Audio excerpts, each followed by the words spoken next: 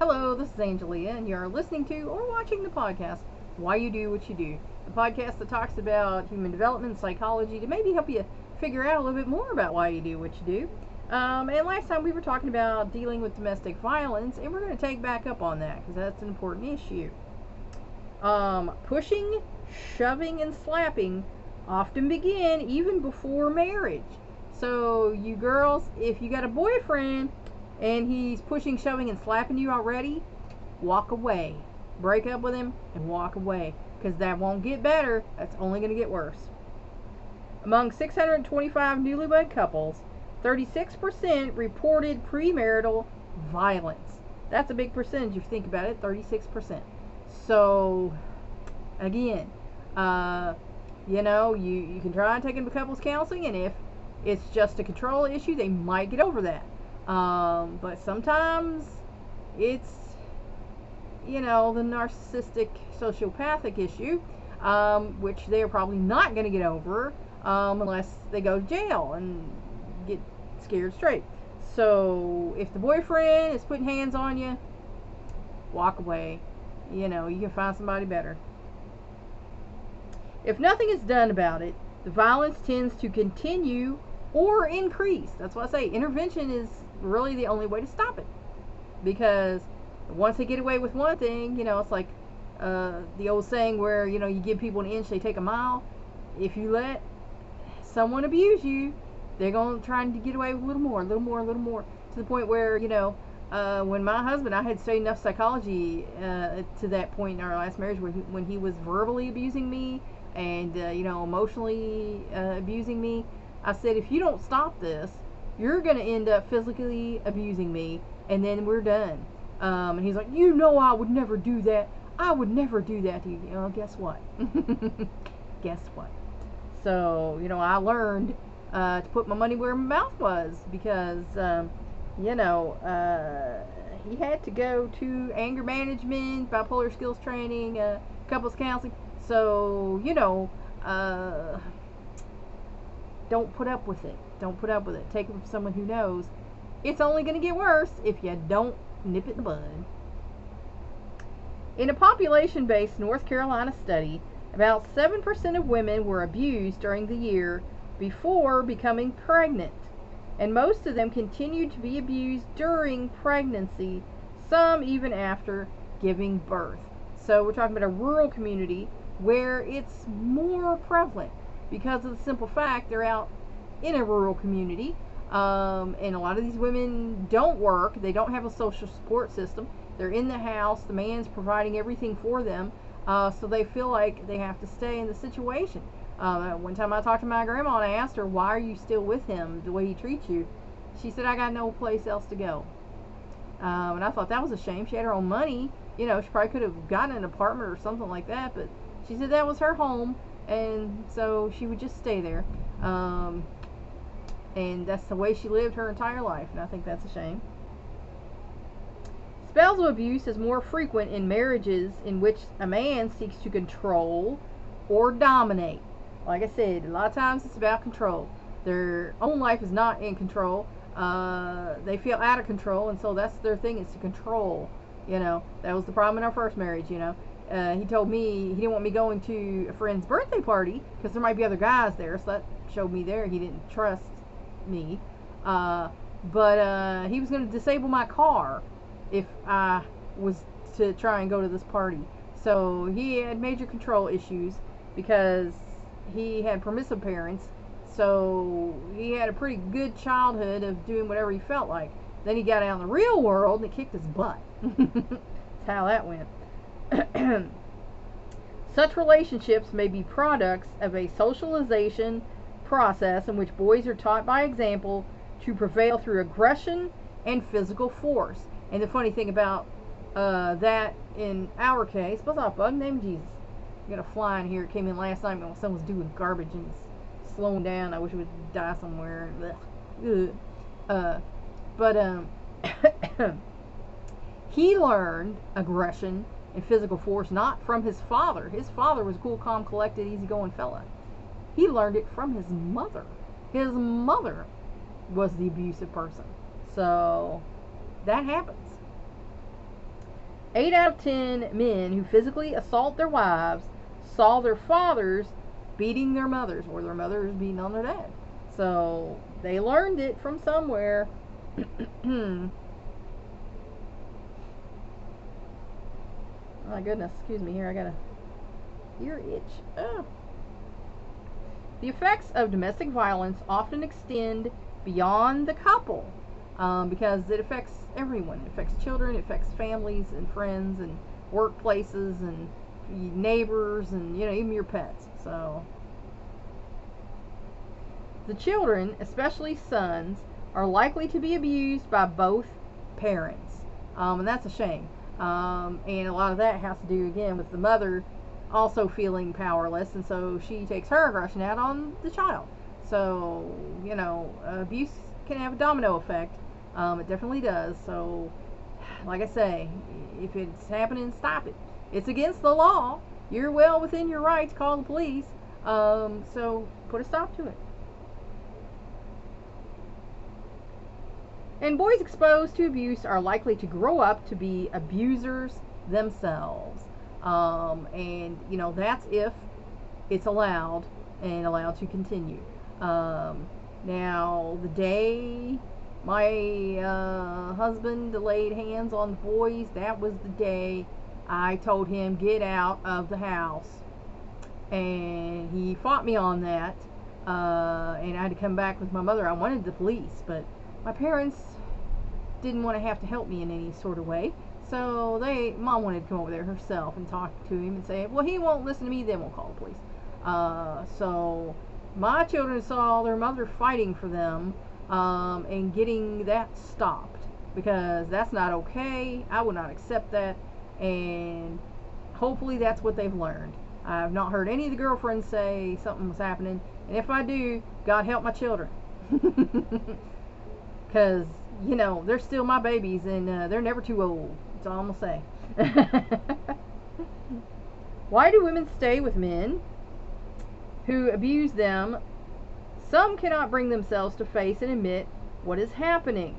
And I know people like that. Oh, it's not that bad. He's a good provider. He does everything for us. So he gets mad and shoves us every now and then, or slaps us or whatever. It's not really abuse. It's not like he's punching us. Well, if he's laying hands on you in anger, that's abuse. Some have low self-esteem and feel they deserve to be beaten.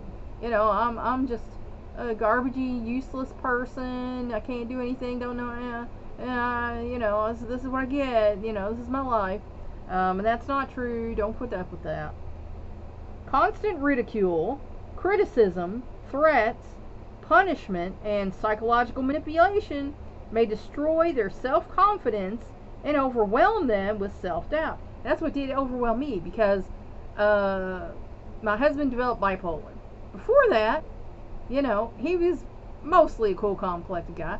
He, like I said, he got panicky when he got out in the real world, because he had no, experience with it.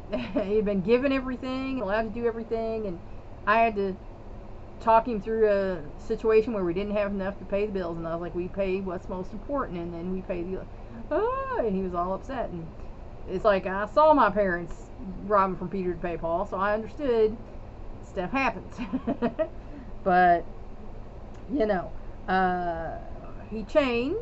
A lot of people say the bipolar or manic depressive, as they used to call it, is the basis for the Jekyll and Hyde story. I don't know if that's true, but that was certainly what was going on in our home. 1 minute we had the cool, calm, collected, kind of cute, goofy guy, and then the next minute we had this monster, who's saying horrible, mean things to us and wanting to put hands on us. So that didn't work out. That I was not accepting that in my adult life, and I was not wanting that for my children. But yeah, he said a lot of stuff that made me feel like, well, is this true in any way? I mean, I don't think that. I don't feel that. I'm not doing that. But when someone accuses you of something, you do stop for a minute and think, well, could they see that in me some kind of way? If there's something I'm doing that's making them think that? And I imagine I've done that a lot of my life. Because, like I said, the parents were good at that. And, there's a section of my family that's good at that. And I'm like, well, what makes them think this? Why?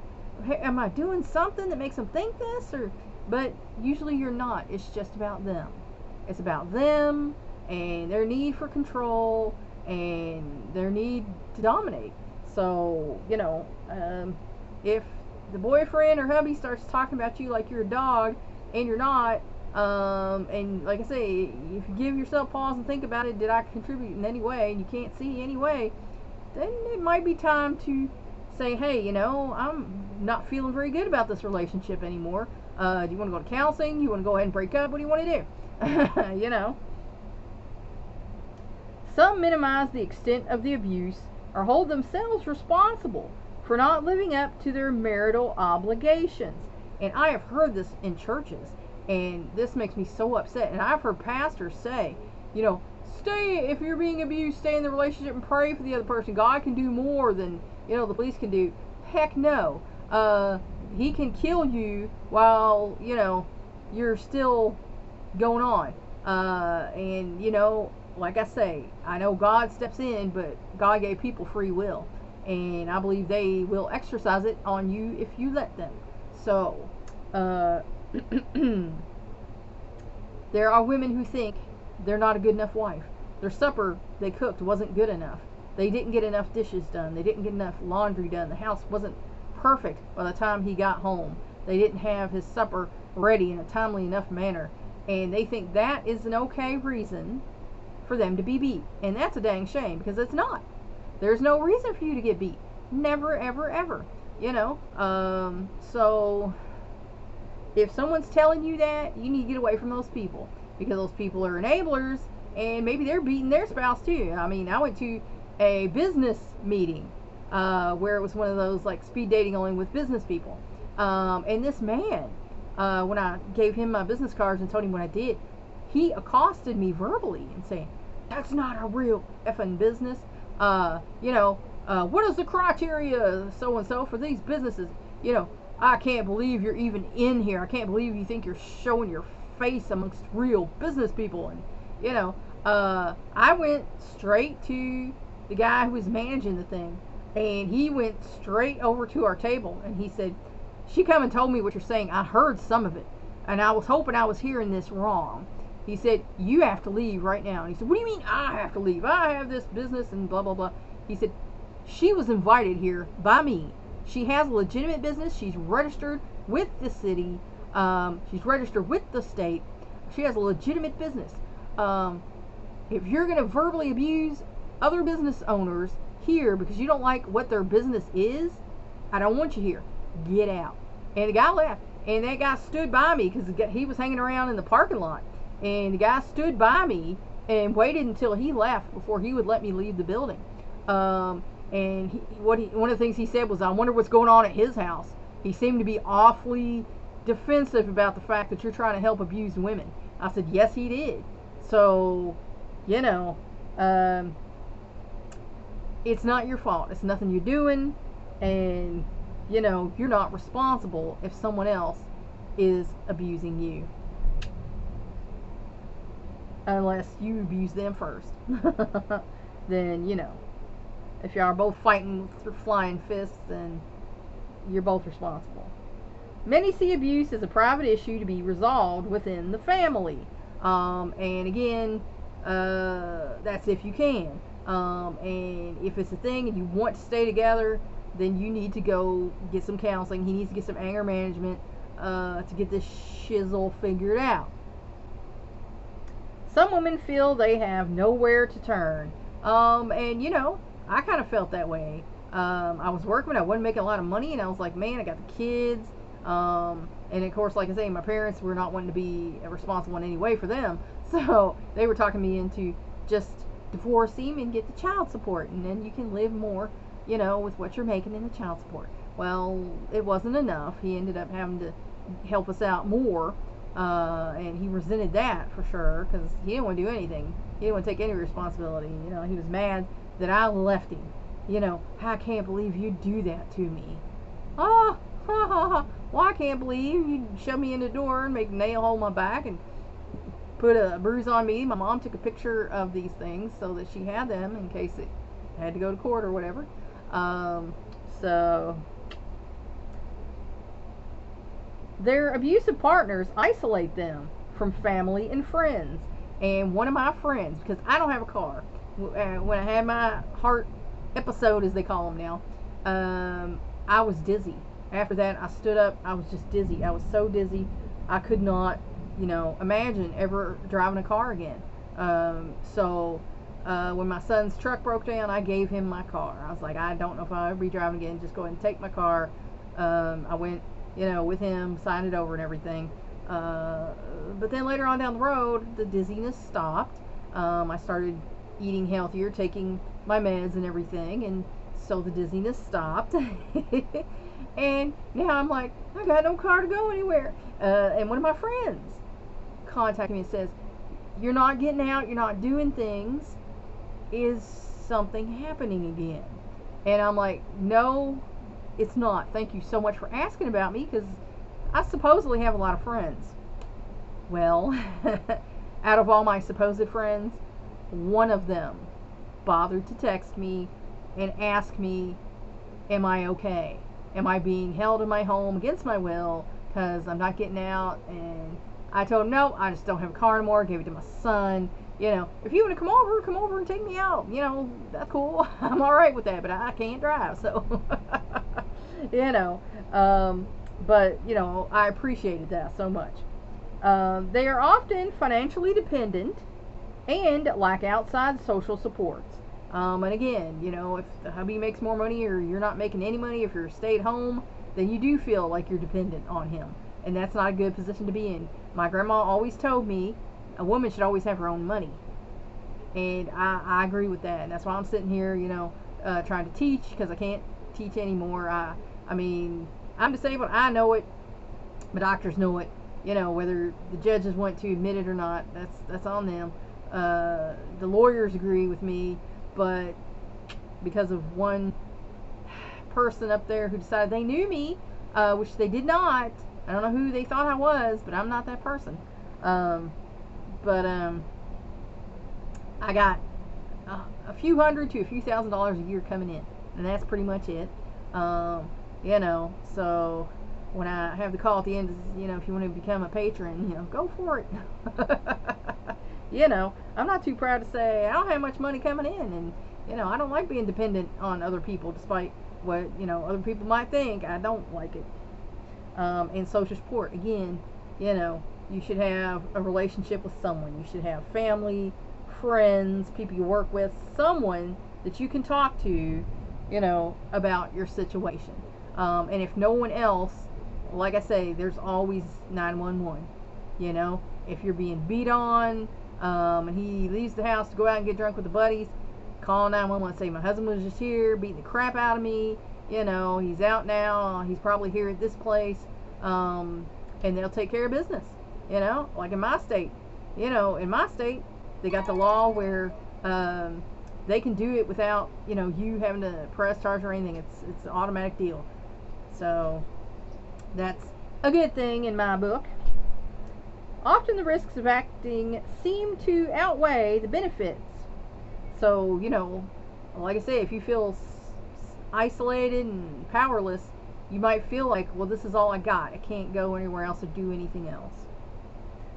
If the woman tries to end the relationship or call the police, she gets more abuse. And unfortunately, that's true. Some women are afraid to leave. A realistic fear, since some abusive husbands later track down, harass, and beat or even kill their estranged wives. And that's why I say about having a plan. Go somewhere they're not going to look for you, so that when they show up at, mom or dad or whoever's, they can call the police and say, he's here, she's not here, he's got a gun or whatever, and not let him in, so that he can't find you. Like I said, a cousin, a friend, whatever, somewhere where he's not going to go looking for you. In some cases, marital or family therapy may stop mild to moderate abuse before it escalates. And that's because, like I say, children learn what they live. If that's what they saw growing up, that control was a way to get what you wanted, then that's one of the tools in their toolbox, and they might use it on you.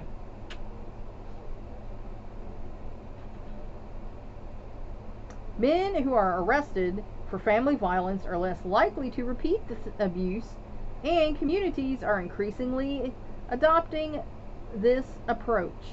Like I said, in ours, that's what it is.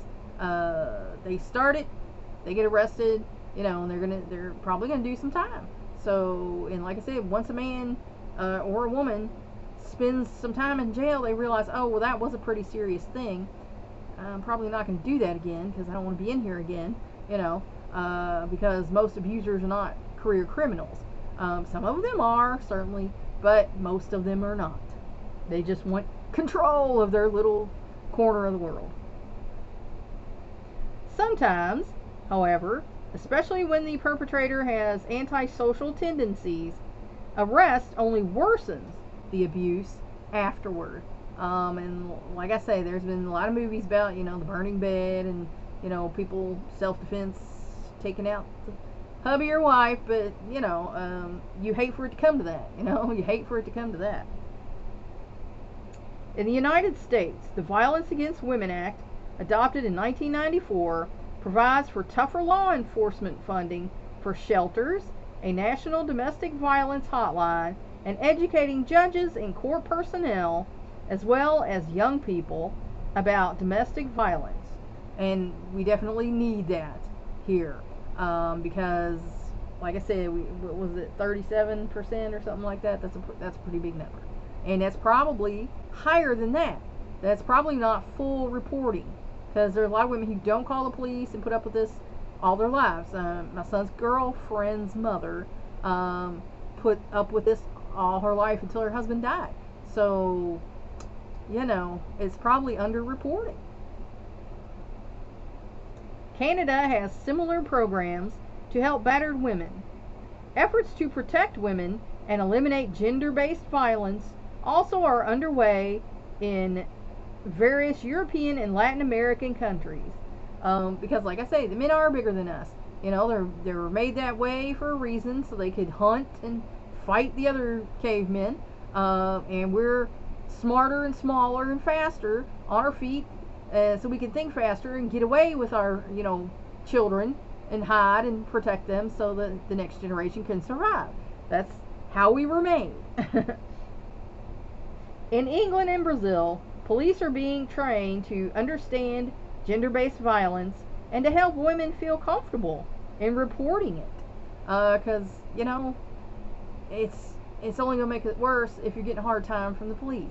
And I've heard, I actually witnessed, because I called the police on a girl who was harassing me, and this cop showed up and he was all ready for bear, and he was kind of mad at me because he didn't get to kick somebody's butt, and the other police officer saw this and he stayed there with me until those guys left, because he's like, I'm going to stay here till they leave, because I think he understood that that guy was not very sympathetic, and he had a little attitude about being called, and it wasn't what he thought it was. He thought, first thing he said when he came out, where's your boyfriend? And I'm like, boyfriend? But it wasn't what he thought it was, so he was ready for some action that he didn't get.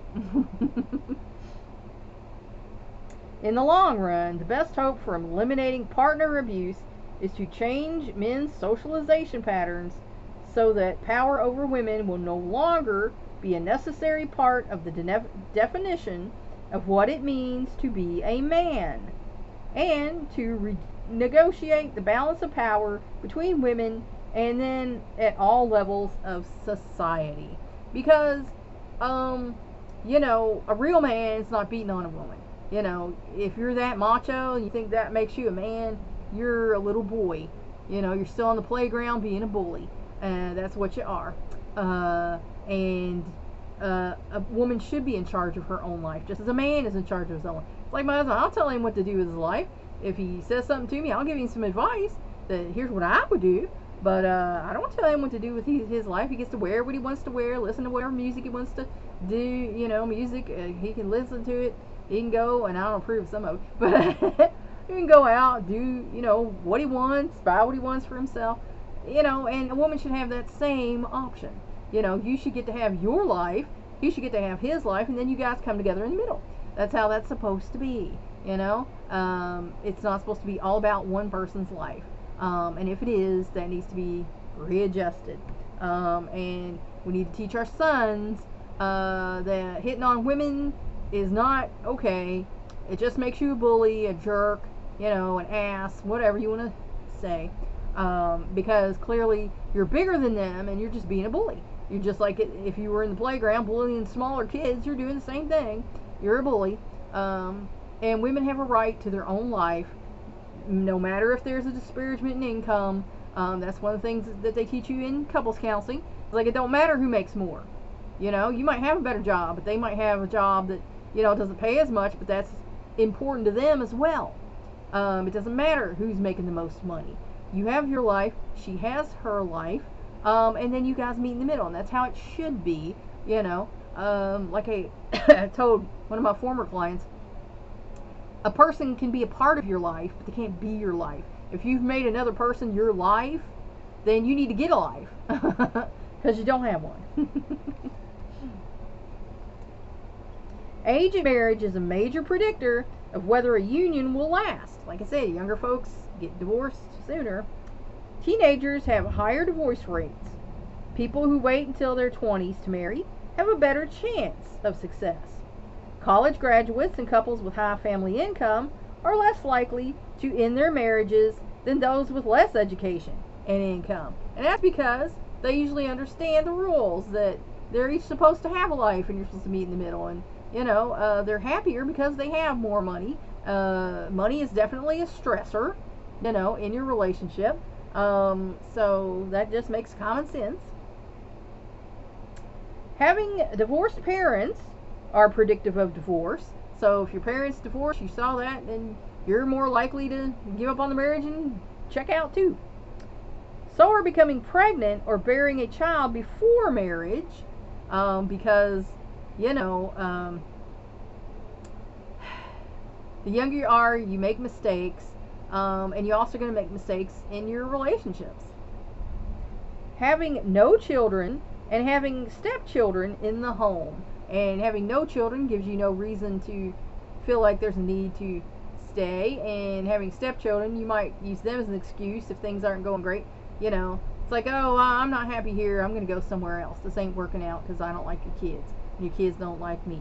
So, again, like I say, marriage is supposed to be a commitment. You're not supposed to look at it like a box of chocolates where, ooh, I don't like that center, I'm going to try this one. It's not supposed to be like that. You're supposed to have a partner that you love and make a commitment to. Economic hardship can put severe emotional stress on a marriage, and it does.